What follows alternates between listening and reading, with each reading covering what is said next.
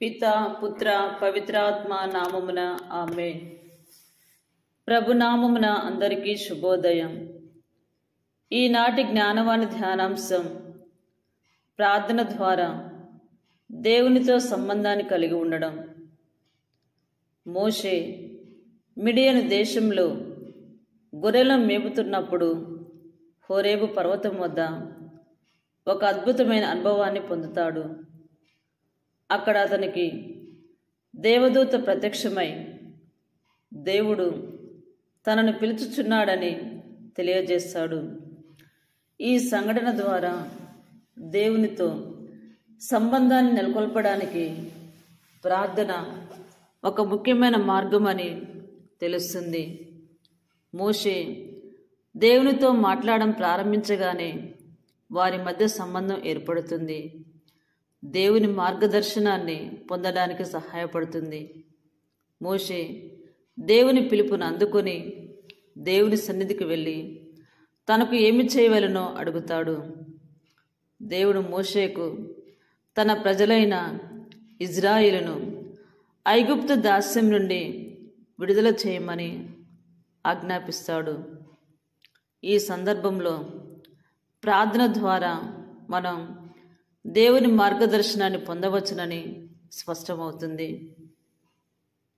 మోషే తనకు ఏమి చేయాలో తెలియక దేవుని వైపు తిరుగుతాడు. దేవుడు స్పష్టమైన మార్గదర్శనాన్ని అందిస్తాడు. దేవుని ఆజ్ఞను అందుకున్నప్పటికీ మోషే భయపడి తాను ఈ పనిని చేయలేనని అంటాడు. అప్పుడు దేవుడు మోషేకు తోడుగా ఉంటానని హామీ ఇస్తాడు. ఈ సందర్భంలో ప్రార్థన ద్వారా మనం ధైర్యాన్ని పొందవచ్చునని తెలుస్తుంది. మోషే తన భయాలను దేవుని ముందు వెల్లడించినప్పుడు దేవుడు అతన్ని ధైర్యపరుస్తాడు. దేవుని శక్తిని పొందడానికి సహాయపడుతుంది. మోషే దేవుని ఆజ్ఞ ప్రకారం ఐగుప్తుకు వెళ్ళి ఫరోను ఎదుర్కొన్నప్పుడు దేవుడు అతనికి అద్భుతమైన శక్తిని ప్రసాదించాడు. ఈ సందర్భంలో ప్రార్థన ద్వారా మనం దేవుని శక్తిని అనుభవించవచ్చునని తెలుస్తుంది. మోషే ప్రార్థన ద్వారా దేవుని శక్తిని అనుభవించి అద్భుతాలను చేయగలిగాడు. నిర్గమకాండం 3వ అధ్యాయము మనకు ప్రార్థన యొక్క ప్రాముఖ్యతను బోధిస్తుంది. దేవునితో సంబంధాన్ని నెలకొల్పడానికి, మార్గదర్శనాన్ని పొందడానికి, ధైర్యాన్ని పొందడానికి, దేవుని శక్తిని అనుభవించడానికి ప్రార్థన ఎంతో సహాయపడుతుంది.